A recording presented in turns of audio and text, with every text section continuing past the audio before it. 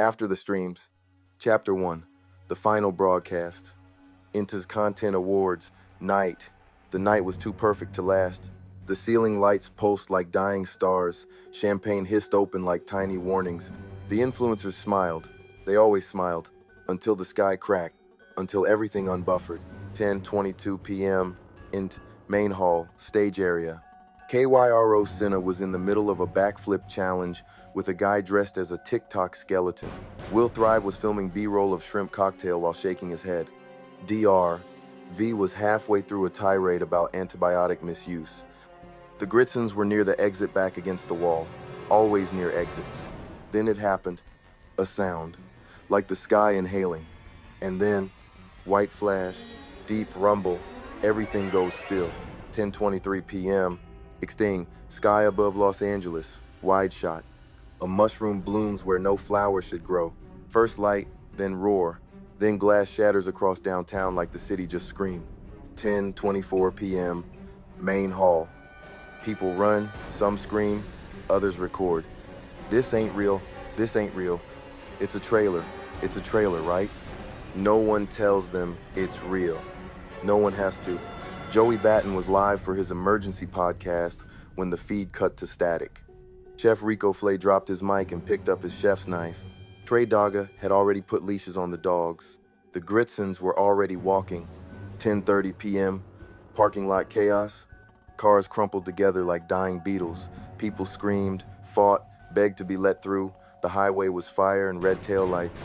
Cairo, Will, Dr. V, and Joey somehow converged at the north gate. No coordination, just fate. Cairo had a busted ankle and a cracked phone. Will had a hiking bag he never put down. Dr. V was bleeding at the temple. Joey looked at all of it and said, "If the nukes don't kill us, the followers will." Gritsons appeared through the smoke. Bear held a machete. Ivy held clarity. "We're not staying here," Ivy said. "Follow us if you want to live past the retweets." And they did. No questions, just instinct. They followed the couple into the tree line behind the event venue, past the crumbling fences, past the ruined security guards, into something older than civilization, into the woods. 11:42 p.m., clearing in the forest. 6 people, 2 dogs, a fire built from seat cushion stuffing and tree bark. The wind hummed. Somewhere behind them, the skyline still glowed red. Cairo spoke first. "So this is it?" Bear didn't look up. This is the beginning." Ivy threw a tarp over 2 rocks and started shaping shelter like she'd done it 1,000 times. Dr. V disinfected a cut with melted snow. Joey tried to get signal. Nothing but static. Will was already whittling a spear. The world had changed, and it didn't care if they were famous. Fade out as embers rise like ashes being uploaded back to the sky. 7 would become 6. 6 would become something else. And the ones who survived wouldn't do it with followers. They'd do it with fire. After the streams, Chapter 2, signal lost. They thought the internet would remember them, but the grid was gone, and memory burns fast in the dark. 11:58 p.m., Los Angeles, downtown core. Trey Daga crouched low behind an overturned Uber XL, one arm around Milo, the other gripping Bravo's harness like a lifeline. The skyline was bleeding. Glass rained down like failed blessings. "Easy," he whispered, more to himself than the dogs. Milo whimpered. Bravo didn't. Bravo was scanning the shadows like they owed him money. A man ran past, clutching a phone with no signal, screaming a name Trey didn't recognize. 2 blocks away, another bomb. Smaller, sharper, tactical maybe, or desperate. "I knew it was coming," Trey muttered, "but I didn't think it'd smell like burnt metal and perfume." His plan had been simple. Stay near the emergency exit, get to his van, drive to his training compound outside the city. Now the van was gone, stolen or burning, he couldn't tell. And the compound? Maybe just coordinates on a dead map, but he'd seen Bear Gritson earlier. And if there was anyone who knew where to go when the world slipped its leash, it was Bear. 12:21 a.m. back road leading out of city. Chef Rico Flay wasn't running. He was walking, slow, heavy. Like he knew every step might be his last and he wanted to taste the dirt while he still could. He grabbed a backpack full of dried herbs, a skillet, and a 6-inch blade. That was it. He'd left the awards mid-chaos, slipped through the kitchen exit while influencers cried in broken Gucci. Let it burn, he whispered to himself. Some dishes only taste right when you start with fire. A car exploded behind him. He didn't flinch, but he did smell it: gasoline, synthetic leather, old sugar, the flavor of endings. 1 a.m., edge of the forest. Back in the woods, the first group had finished shelter. It was crude: 2 tarps, 1 fallen log, Ivy's trap wire strung low across the edge of the clearing, but it was safer than steel and asphalt. And it was quiet, too quiet. Cairo couldn't sleep, not because of fear, because of silence. He missed the sound of chat scrolling, of alerts pinging, of laughter in the comments. Now there was just breath, wind, fire crackle. Joey sat near the flames, staring at his dead phone. Dr. V was sterilizing water. Will whittled. Bear stood watch. Ivy set traps. No one said what they were all thinking, that the world they came from had already ended, that likes wouldn't save them now, that the rest of their people were probably gone. And then, a whistle, low, 2 notes. Ivy froze. That's not wind, she whispered. That's signal. 1:03 a.m. Forest Edge. Bravo appeared first, teeth bared. Trey Dogga emerged from the dark next, walking slow with his hands up. Milo trotted beside him. Then Chef Rico, limping, skillet strapped across his back like a knight's sword. Well, damn, Cairo said, standing.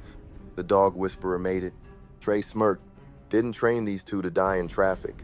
Bear nodded once. Ivy stood down. Dr. V blinked slow, lips parting for the first time in an hour. How bad is it? Rico's voice came like gravel and smoke. Nukes, EMPs, riots, the internet's gone. He looked around. But this is flavor. They sat together then, all 7.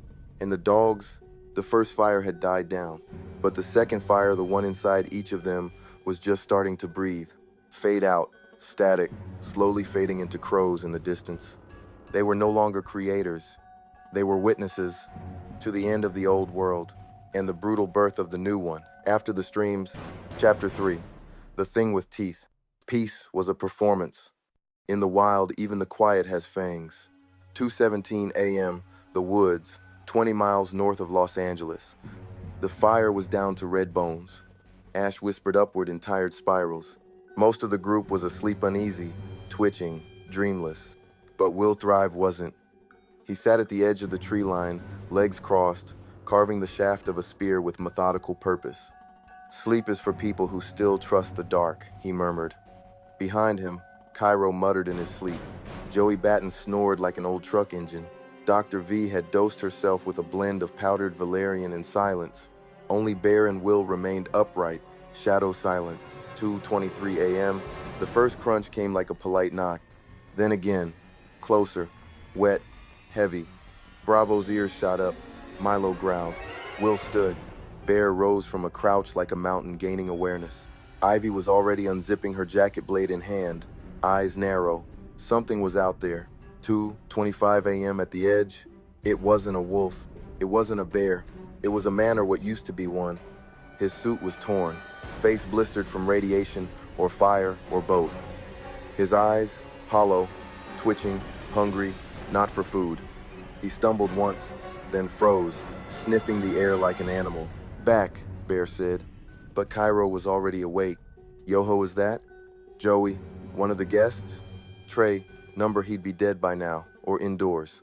The man twitched, then rushed forward, arms wide, mouth open, no words, just noise.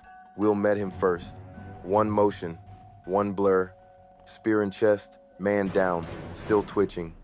Not a threat, Will said. Just desperate. 2:37 a.m. burial site, 15 feet from camp. They buried the man in silence, Ivy insisted. She didn't say why. Dr. V stood last, staring at the mound. Radiation sickness, dehydration, neuro damage, possibly exposure to chemical dust. Beat. This is what happens when digital people lose their signal. Cairo. That could have been me. Rico. Wasn't, so eat. 3:10 a.m. Campfire, low glow. They gathered around what was left of the fire. No more influencers. Just survivors. Just 7 strangers trying to make something feel like home before morning showed them how broken the world really was. Bear passed around pine tea.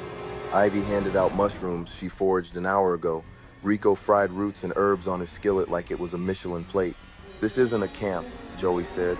It's a test, and we're all failing until we choose to stop being what we were. Trey nodded. Then let's start. They agreed to stay one more night. Just one. Then move north toward cleaner air, deeper woods, and maybe a place where the world hadn't completely broken yet. But in the trees, something watched them. No tech, no tags, no live stream. Just old eyes in the branches, blinking slow, waiting for the next fire to burn out. The world didn't end all at once. It ended in scrolls, in silence, in screams muffled by pixels. Now the stars are real again. So is the fear. And if this is what surviving looks like, God help the ones who ain't found each other yet. After the streams, Chapter 4, Buffering. Before the silence, there was always noise. But loneliness, that was the part he never streamed. Day 2, 7:12 a.m., trail north through the woods. Cairo walked in the middle, not at the front like Bear and Ivy, not trailing like Joey or Rico, dead center like he was used to being watched. He didn't say much.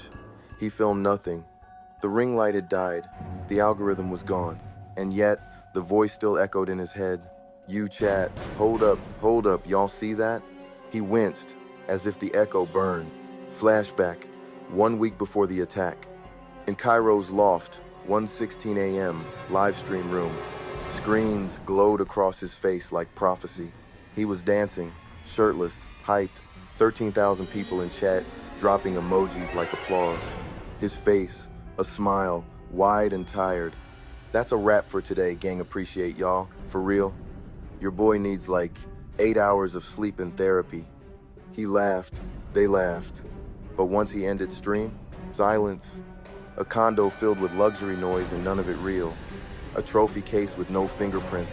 A mini fridge full of Prime and vodka. No messages from family. Just DMs that felt like invoices. Present, trail curving upward.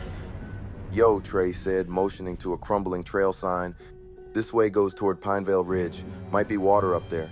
Ivy nodded, but elevation makes us visible. Bear, and if we're visible, we're vulnerable. Cairo stayed quiet. Then, back in the city, I had visibility. Didn't save me. No one replied. They just kept walking. Flashback, 3 days before the attack. In podcast guest appearance, the feed room, host. You ever worry about what happens when it all crashes? The cloud, the brands, the you people think they know? KYRO laughs. Man, even if the internet died today, I'd still have me. That line went viral, but it was a lie. The kind you say when you want to believe it before anyone can question it. Present near the ridge crest, noon, the group paused under a fractured pine. Trey handed Cairo a strip of dried meat. He took it, ate slow, looked at the horizon like he could scroll it left. Rico, you ever kill anything before this? Cairo shook his head. Only careers. Joey grunted. Now you just gotta kill hunger. Flashback, 24 hours before the first strike. In red carpet interview, content awards, a mic in his face, camera lights like interrogation lamps. Interviewer, Cairo, what's next for you? Movies? More collaborations? KYO, after this, who knows? Maybe disappear for a while. The crowd laughed. He didn't, and because part of him knew. Present nightfall at the ridge. They made camp near a runoff stream. No fire tonight too exposed. The sky was cruelly clear. Stars like cold reminders that they were tiny, unimportant, still alive. Cairo sat alone on a flat rock, staring up. His fingers moved like they were scrolling through constellations. Ivy joined him. Saturday without a word.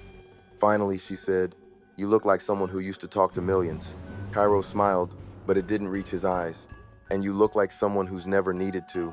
Pause. Guess we're both starting over. Epilogue scene, midnight, deep in the trees. Unseen, unheard. A figure watched the camp from 50 yards out, clothing torn, skin scorched, holding something metal, heavy. The survivors weren't alone, and whatever this was, it remembered them. After the streams, Chapter 5, somebody breathing, the woods never sleep, and neither should you. 3:33 a.m. camp at Pinevale Ridge. The wind came in fast, cold, with teeth. Joey Batten stirred first. Not from a dream, but from a sound. Not a voice. Not an animal. Just breathing. Not his. He sat up slow, let his eyes adjust. He counted heads in the moonlight. Ivy, Cairo, Will, Bear, V, Rico, Trey, all asleep. Dogs curled by Trey's legs. But the breathing, still there. Low, ragged, like someone trying not to cry or scream. Joey reached into his jacket, pulled out the short iron pipe he kept wrapped in paracord. Not a weapon, until it was. 3:35 a.m., the edge of camp. 10 feet into the trees, just past the water line, someone stood. Too still to be wild, too thin to be bare, too wrong to be lost. Joey whispered, "You ain't with us." The figure stepped forward, just one, then a whisper, "I don't want your food." Voice dry like dust on old bones. "I just want to see the dogs again." Joey's grip tightened. Behind him, Bravo began to growl. Milo whined, tail low, ears back. That was all it took. Trey Dogga woke up instantly, rising like a ghost from the sleeping bag. "Who's there?" he barked. Ivy sat up, knife already in hand. Cairo whispered, "Is it another survivor?" Bear, "Not with breath like that." 3:37 a.m., confrontation. The figure stepped into view. A woman, maybe 30, face hollow, cheeks torn, eyes raw from radiation burns. Her clothes were half melted, half salvaged. Around her neck, a collar made from tangled wires and crushed microchips. She pointed at Bravo. That one was on my screen when it happened. I used to watch him chase birds in 1080p. Her smile cracked like dry paint. Then the screen went red. I thought maybe it was just buffering, but it was the sky. She laughed, or sobbed, or both. Trey stepped forward. "You need help?" She turned toward him, blinking like a broken lens. "You can't help me. I'm already over." She reached into her jacket, pulled out something wrapped in cloth. Will barked, "Hands up, now." Ivy, "Put it down." She did, unwrapped it slowly. A toy, a phone, a shattered GoPro with blood on the lens. "Just bury this." She dropped it and turned, walked back into the trees. No one followed, no one moved for a long time. 4:03 a.m., silence returns. "What was that?" Cairo asked. Rico, "A reminder." Ivy, "That not everything left out here is evil. Some of it's just empty." They buried the device, said nothing. When the sun came up, they packed faster, lips tighter, eyes harder. No more jokes, no more old names. Just the road and the shadows waiting beside it. After the streams, Chapter 6. Static in the walls. Every survivor carries 2 packs. The one on their back and the one no one sees. Day 3, late afternoon, foot of Black Pine Ridge.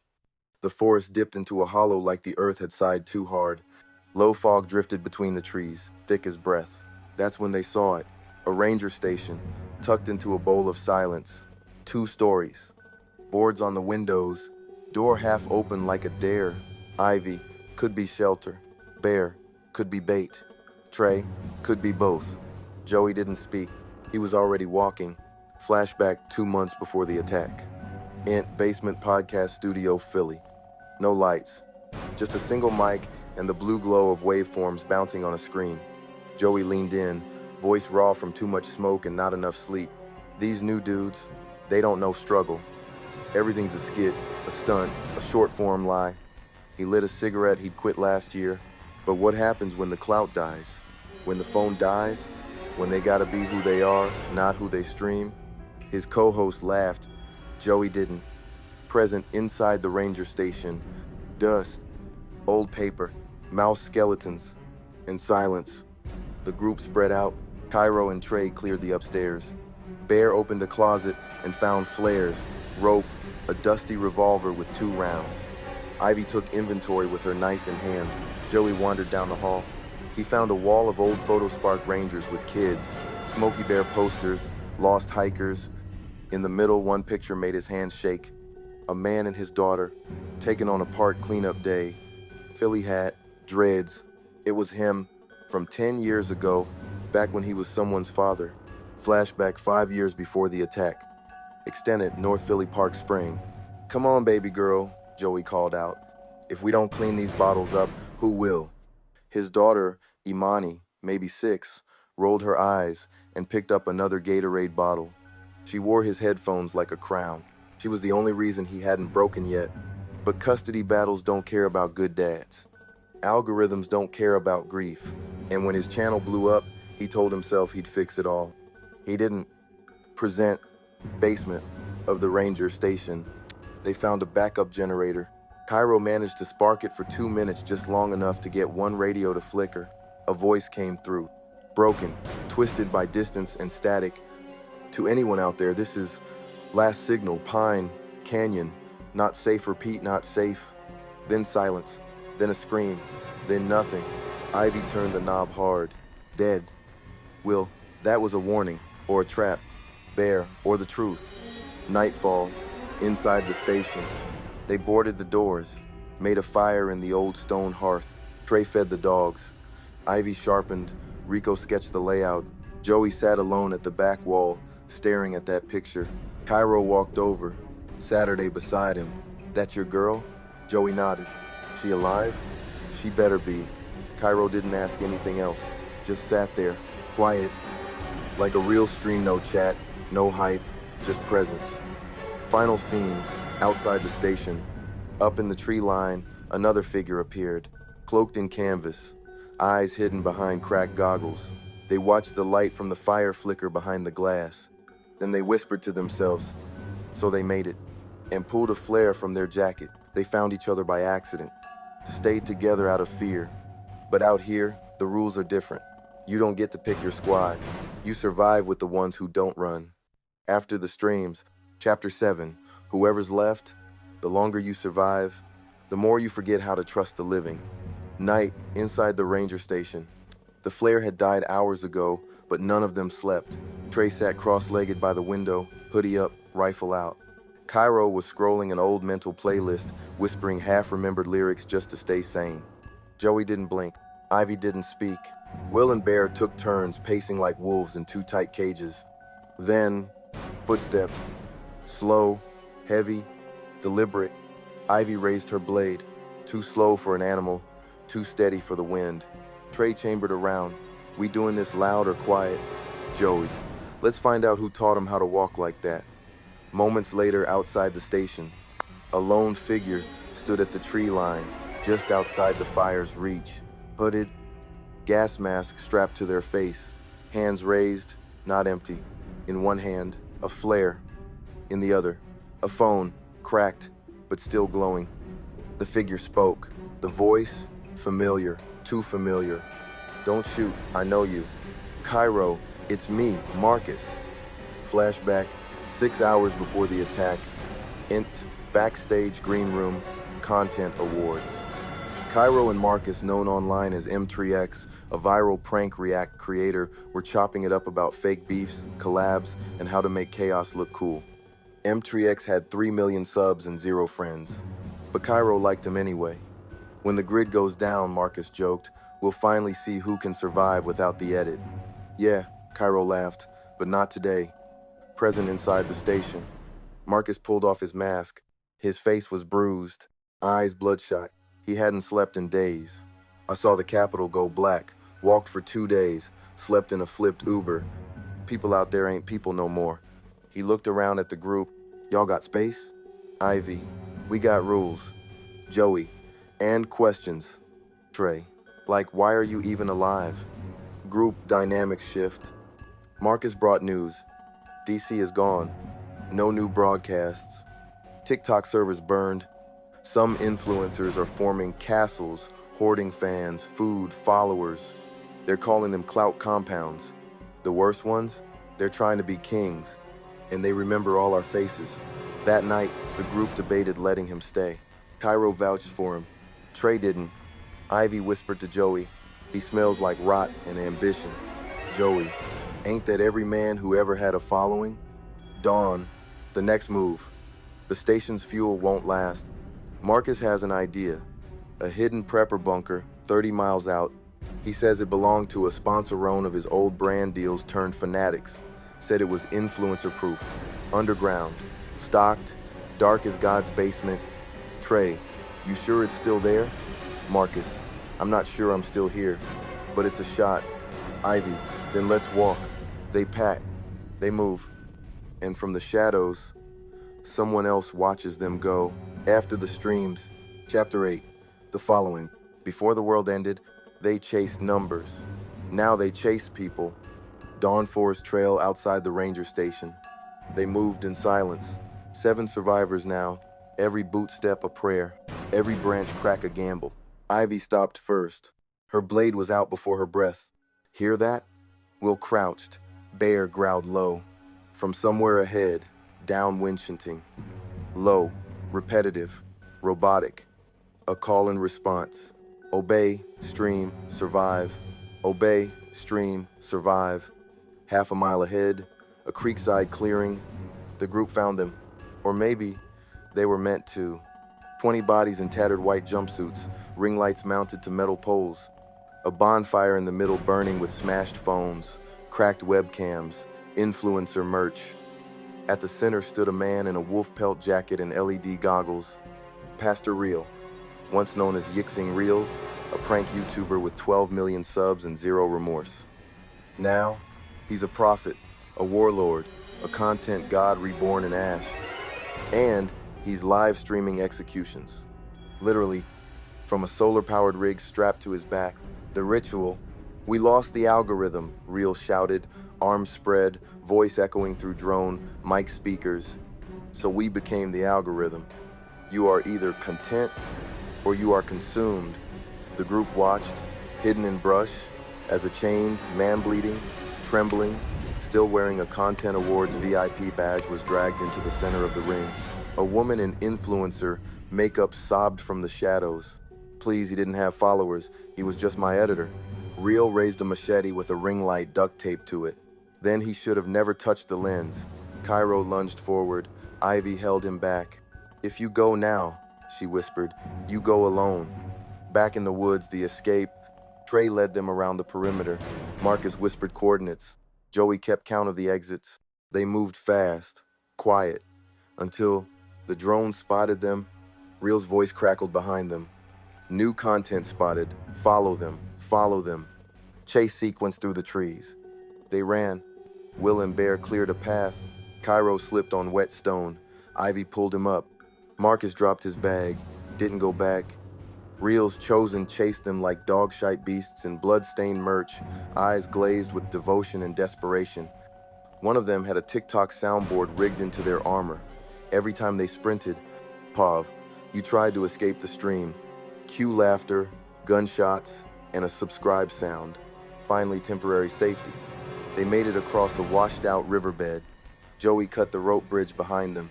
Ivy checked Cairo's leg bruised, not broken. Trey lit a fireless heat pellet. Marcus leaned against a tree, shaking. I told y'all, he whispered. The worst influencers didn't die. They rebranded. Final image. Back across the ravine, Pastor Real stood at the edge, staring through infrared goggles. He raised one hand. His followers froze. Then they spoke in unison. Follow or fall. After the streams, Chapter 9. The cost of keeping up. Survival isn't free. Sometimes it takes blood. Sometimes it takes someone. Dawn at the ravine edge. The sun barely touched the treetops. The river still snarled below them. The bridge they'd cut behind them last night now dangled, useless. But they knew it wouldn't stop the algorithm for long. Joey, eyes sunken, cleaned his blade with a sock. We're not outrunning them. Not forever. Ivy, we're not outrunning anything. We're just buying time with pieces of ourselves. The map and the mistake. Marcus swore the bunker was close, just 2 miles east through the gully. Problem was, the gully was thick with fog, dead quiet, like the earth had shut up to listen. They had to split for recon. Trey and Bear took the left flank. Cairo and Marcus stuck center. Joey, Ivy, and Will went right. They agreed on a rule.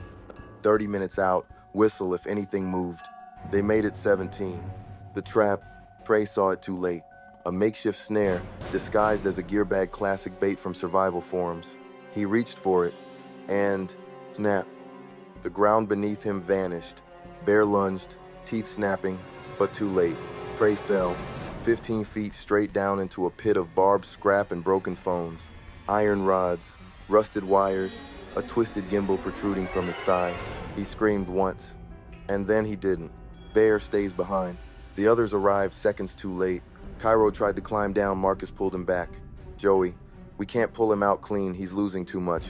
Ivy, Trey. Trey opened one eye, smiled. Bet I still get more views than you, Cairo. Then, a whistle, not theirs. The algorithm had caught up. Trey looked at Bear. Stay. Protect them. Go viral, big man. They left him there, not by choice, not without breaking. Later rest stop in a cave. Cairo couldn't stop shaking. Joey lit a match with trembling fingers. Marcus offered food. No one took it. Ivy stared at the cave wall. One death buys us time, but that's all it buys. They're not slowing down, and we're running out of people to lose. End image, deep in the woods, back at the pit, the chosen surround the trap. One of them records. Pastor Real steps forward, kneels beside Trey's body. This is content. He hits upload. 7 walked into the woods. Now 6, keep going. The deeper they run, the louder the world hunts, and the line between survival and surrender starts to blur. Was Trey the first to fall? Or just the first price paid for a future they haven't even seen yet? After the stream, Chapter 10 excerpt, What the Dogs Remember. Flashback, 9 months before the collapse. Location, Will's training compound, upstate New York. It was a cold day, one of those March mornings where the wind didn't ask permission. Will stood silent in the middle of the field. His jacket flapped like a flag on a dying nation. Ash was pacing tight circles. Bear was sitting still, eyes locked, unmoving. Ash, heel. Bear, wait. Simple commands, measured tone, the kind of discipline you can't fake, not in humans, and definitely not in dogs. Ash trotted over, her tongue lolling, body spring tight. Bear didn't flinch.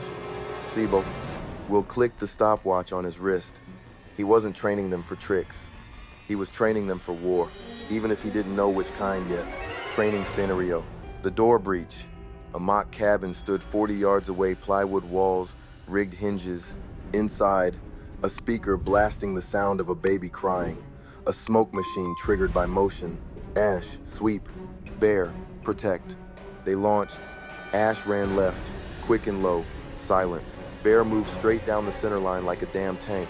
The smoke burst as they breached the threshold. Ash vanished inside, first clearing the left corner. Bear moved behind her, slow, massive, watchful. Will didn't move, didn't call, didn't blink. Minutes later, they both returned.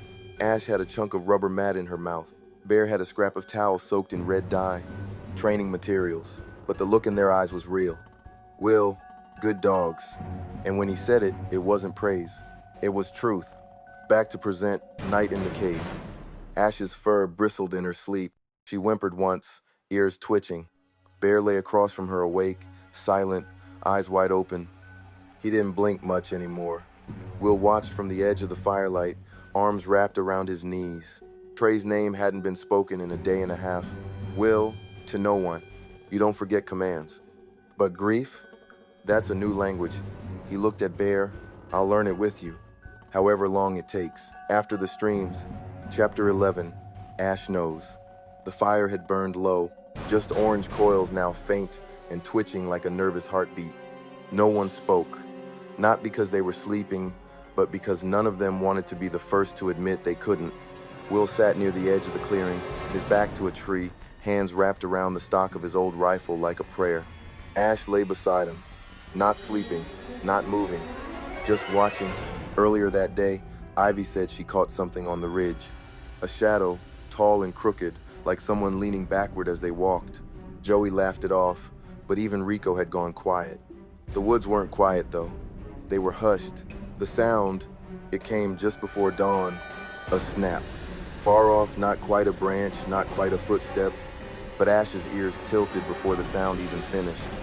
She didn't bark, didn't whine. She stood, slow, tail low, body stiff. Will whispered, "What is it?" She didn't look at him. She looked through the trees, and then she moved. Ash's pursuit. Will rose without a word and followed.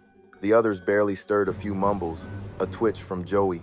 Ash moved like water over stones. No sound, no hesitation. She led him past the ridge, into thicker brush. A deer trail, narrow, broken in strange ways. The trees here were wrong. Some bark had been carved. Symbols, spirals, double lines, half faces. Cults leave graffiti too, Will muttered, eyes scanning. Ash stopped suddenly. She lowered her snout to the base of a pine.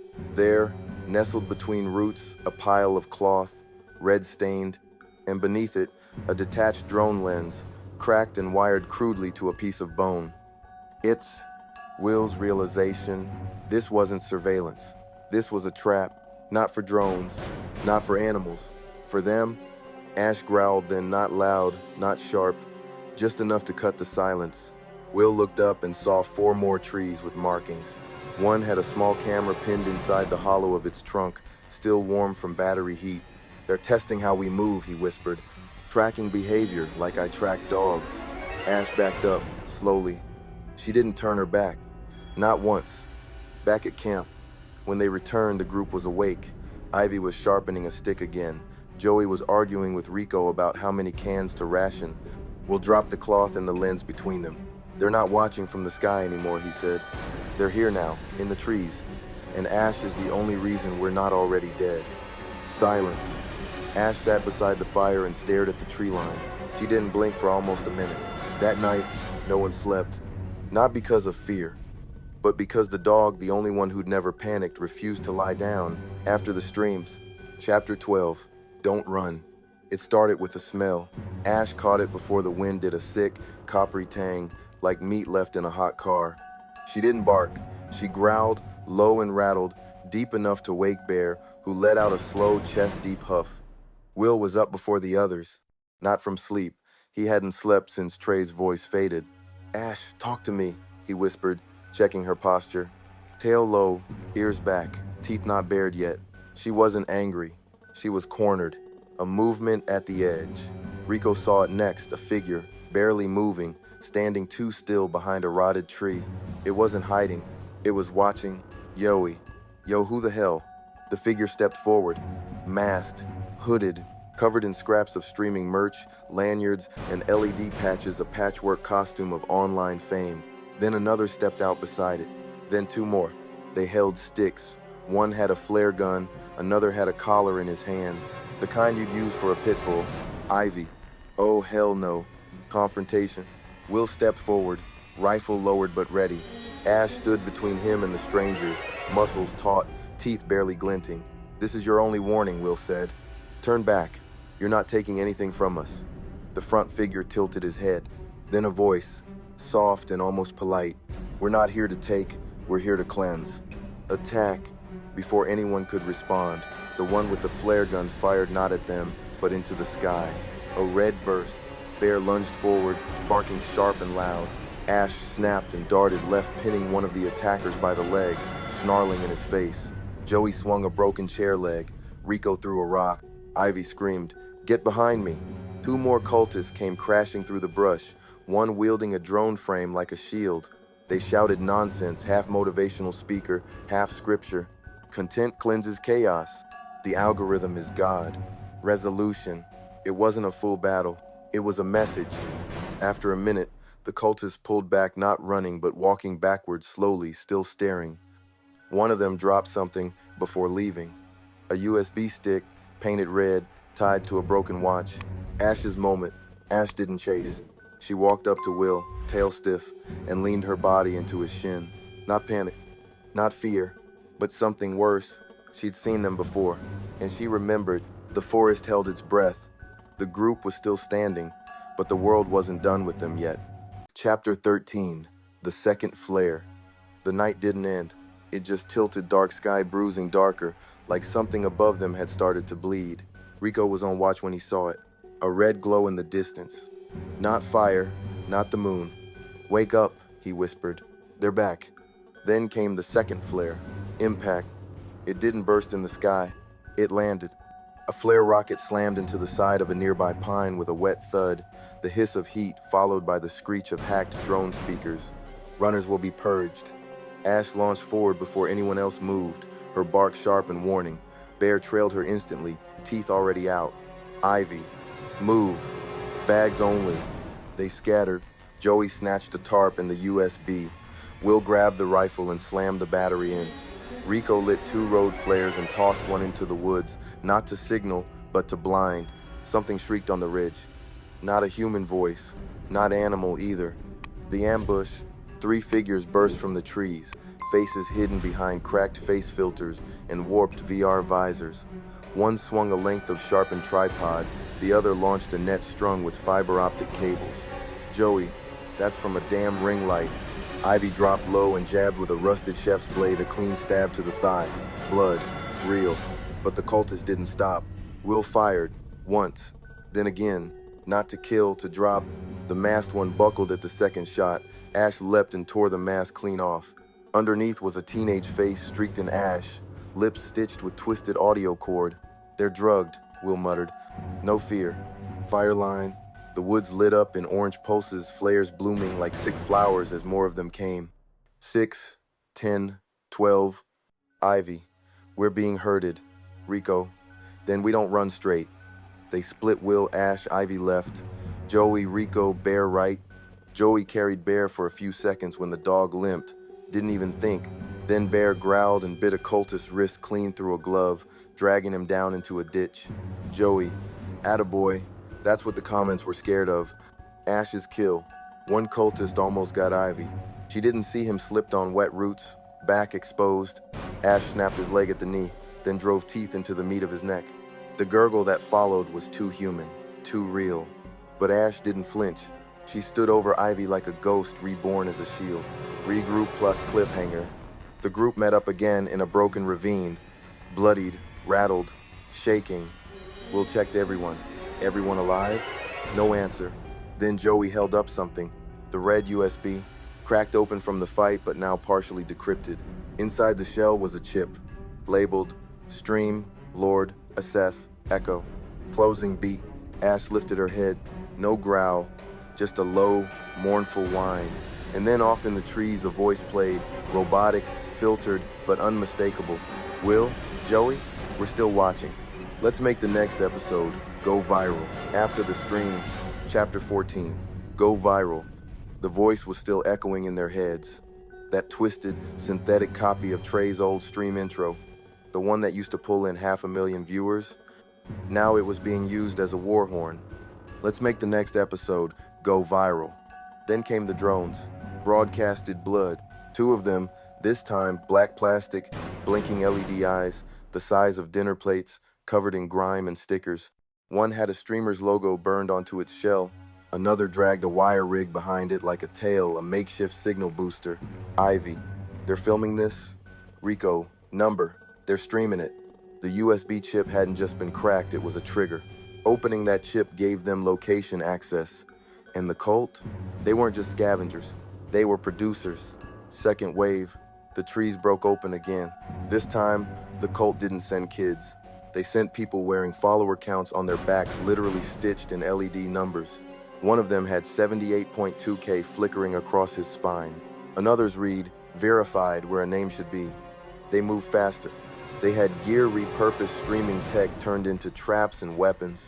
Tripwire GoPros, mic booms with spikes, tripod legs sharpened like javelins. Ash darted ahead, barking a warning, but this time, even she got clipped. One of the drones spat pepper foam, catching her flank. She didn't cry, she just stumbled.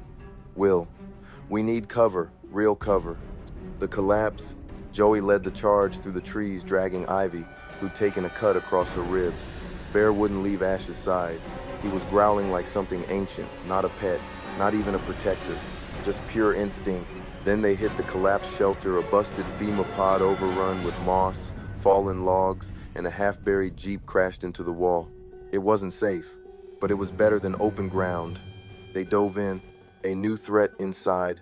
For 2 seconds, it was silent. Then something moved behind the Jeep. A flashlight beam flicked on green-tinted military grade and a voice barked, "Don't move. Hands where I can see them." A woman stepped out camo, blood on her boots, holding a rifle with the streamer's username etched into the barrel. "Y'all the ones they're hunting, huh?" She wasn't cult, but she wasn't with them either. "My name's Ren. I used to run recon for a platform that doesn't exist anymore. And you just brought hell straight to my bunker." Cliffhanger. The bunker wasn't empty. On the back wall, scrawled in red ink and scratched paint, A map of the US. Dots, clusters, marked signals. They're not just in this forest, Ren said. They're broadcasting from 37 zones. This is an organized purge. She pulled back a curtain. Behind it, a live feed, dozens of them, cult raids, executions, survivor hunts hosted like reality shows. And above it all, one blinking line of code. Echo, stream, owner, unconfirmed. Someone's still in control, Ren whispered. And they want you viral, after the streams. Chapter 15, Signal or Shelter. Ren slammed the monitor shut. You stay here, you live longer, you go after the stream, you don't come back. Nobody answered. The feed had shown too much. Kids strapped into broadcast rigs, survivors turned into content. A family begging for help as the comments rolled across the screen. L ratio. More blood, less crying PLZ. He's mid, let the dog cook. Joey stared at the screen even after it went black. That was my old username in the corner, he muttered. I used to mod for a stream just like that. The plan. Ren pointed to the map again to a red cluster pulsing near their coordinates. This zone's still live, which means it's got a power source, probably a mobile server tower. If we destroy that, Ivy said, does the feed stop? Number, but it hurts them. Hurts? Who? Rico growled. Some pixel-faced cult bull with a TikTok tattoo on his neck? Ren turned. The ones running this weren't fans. They were founders. Ex-staff, burned influencers, engineers, people who built the system and decided if they couldn't own it anymore. They'd become gods inside it. The decision, 2 paths. 1, stay in the bunker, help Ren fortify it, wait out the next raid, let others die, stay alive. 2, leave and destroy the nearest signal node, risking exposure, injury, death. Will looked to Ash. She had a bandage around her ribs, still alert, still watching him. We do this, she gets hurt again, he said. I ain't sure I recover from that. Ivy wiped blood from her waist. If we don't, we just watch more of this feed. And eventually we're in it. Split lines. Joey, we can't save the world, but we can break the camera they're watching us through. Rico, you want to go full hero mode, that's cool. But if Bear dies, I'll make sure your death's slower. Ren, you've got 5 minutes. After that, I seal the bunker, no in or out. We'll turn to Ivy. No words, just a glance. She nodded. We go. Joey slapped the side of the monitor. One more episode. Let's give them something they don't want to stream. Cliffhanger. As the group packed up, Ash barked once sharp, focused. Outside, in the brush, something glinted. A helmet, half sunk into the dirt, covered in moss. But the face inside wasn't rotten. It was fresh, and the eyes were wide open. A live cult scout watching, and on his chest, a GoPro with a red LED. Live, 7K watching. And if you're still here, still breathing, still listening, then you already know the world didn't end with silence. It ended with a signal. The next one's stronger and louder. So stay close, stay hidden. And if you're watching from the shadows, after the streams, Chapter 16, Signal Bleeds. The helmeted scout was dead before he hit the ground. Ren didn't flinch when she pulled the trigger. The shot echoed once, then vanished into the trees like it had never happened. If he was watching us, she said, they're coming. Ash snarled quietly. Bear bristled. No one spoke as they dragged the body off the trail. Rico took the GoPro, smashed it with a rock. It blinked once before dying. Joey, too late, that LED was red. We've already been streamed. Into the signal zone. The forest changed as they moved deeper. It was quieter here, but not natural quiet. This was engineered silence. They passed a dead fox lying perfectly preserved. No rot, just still. Next to it, a silver disc, half buried in the soil, blinking green. Ivy. Mic trap, sound radius kill zone. Ren. They monitor frequencies. If we talk too loud, they hear. They started whispering in emoji shorthand. Gestures Joey half remembered from a toxic fan base in 2023. They found the first tower an hour later. Black metal, wrapped in wires, covered in fan art and blood. A half-dressed mannequin was zip-tied to the base like a prop. Its face had a phone strapped to it. The screen read, streaming to 103.4K live. The tower is alive. Ren pulled out a homemade signal jammer, a fist-sized cube with 4 blinking antennas. She placed it at the tower's base and keyed in the detonation code. 30 seconds. Then we run. Will. Where? Ren. Doesn't matter. We don't want to be here when this thing screams. Ash barked once the soft kind. Warning. A speaker popped open in the tower. Then came the voice. Group 6 identified. Camera loves you. Time for your viral moment. The mannequins moved. They weren't mannequins. They were rigged corpses reanimated with twitching servos, bleeding cables from their mouths. They began walking. Toward the group, explosion and escape. Ivy. Screw the countdown. Joey kicked the jammer. It sparked. Then, boom. The shockwave hit hard, toppling 3 of the corpse puppets and tearing the base of the tower apart. The screen on the phone melted. The signal blinked dead. But they weren't clear. More movement in the woods. This time, real people. Cult followers' faces smeared with Livestream overlays, Arkansas filters tattooed into their skin. They chased. Will grabbed Ash and sprinted. Ren tossed smoke. Joey dragged Ivy by the arm, shouting nonsense code phrases like mod, ban, and kill, feed. Regroup in the ravine. They didn't stop running until they hit a ravine. Steep, wet, unclimbable. They slid down fast, tumbling, scraping, bleeding. When they landed, it was dark and quiet again. This time, not engineered. Just real silence. The tower was gone, but the feed wasn't dead, because in the dirt, next to Ivy's feet, a fresh drone was waiting. And on the screen, a countdown. Next broadcast in 3 hours, 21 minutes, and 14 seconds. After the streams, Chapter 17, The Echo Vault. They limped through the ravine for hours. No one spoke, not because of the mics, because there was nothing left to say. Ash kept pace with Bear, even with a torn pad. Will watched her every step. Rico had blood on his knuckles and a dead look in his eyes. Joey mumbled stream code like prayers. Only Ren seemed to know where she was going. They followed her until the terrain shifted, until the vines got too thick and the moss got too cold. She stopped at a crooked tree with a gnarled trunk, pulled back the bark, and pressed a chipped lens to the wood. A mechanical hiss. The earth cracked open. Welcome to the Echo Vault. Inside the vault, a steel hatch lifted from the forest floor. Inside, a narrow staircase carved into bedrock. Flickering lights. Faint music. What is this? Ivy asked. A shelter? A grave? Rico muttered. Ren didn't answer, just walked.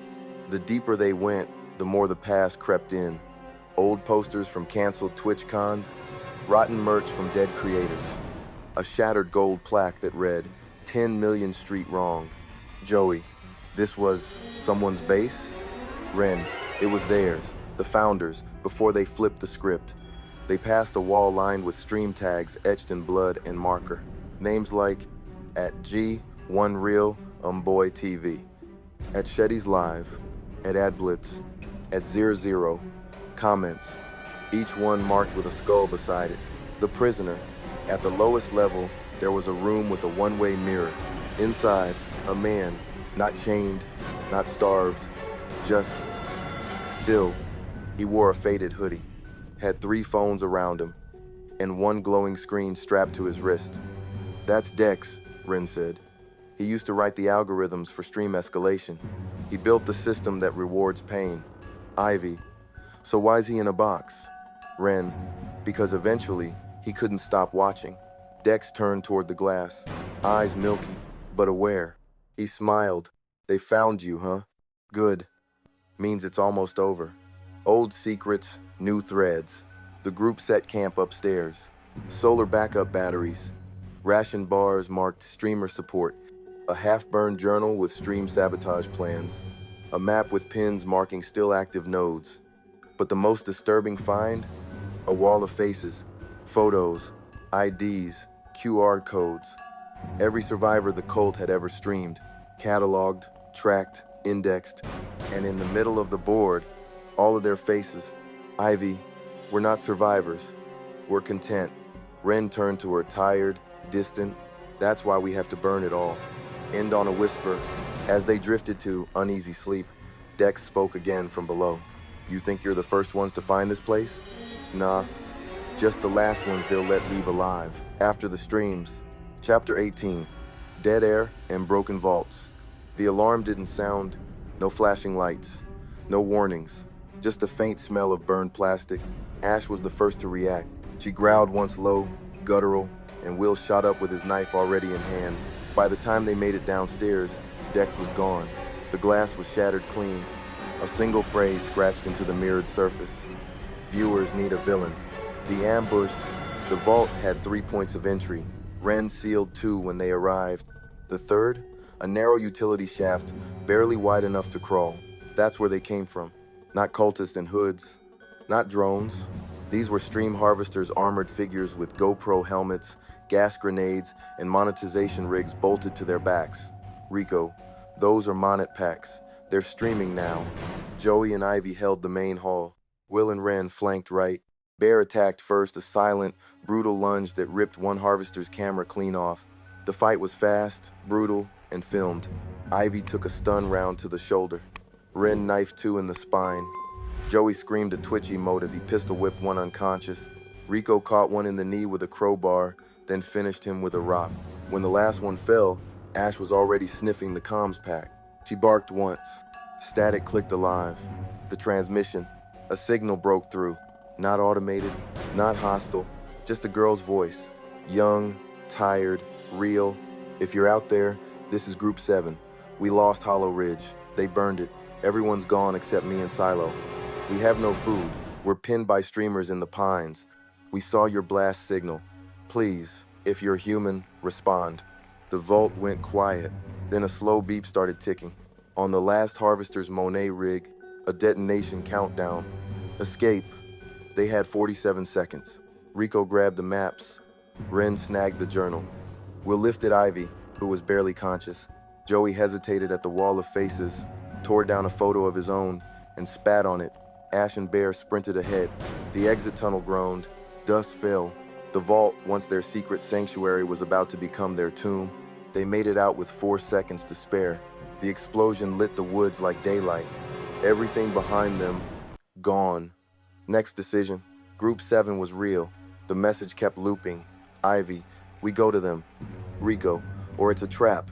Ren, everything's a trap. Doesn't mean we leave them to die. Ash growled again.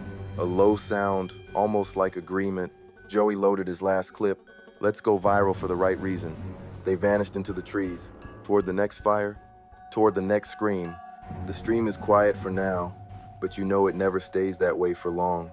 If you felt the static in your bones, hit that like button, subscribe to the channel, and drop a comment with your favorite moment. New chapters drop daily, only here on Whisper Between Worlds. Until then, stay off the grid.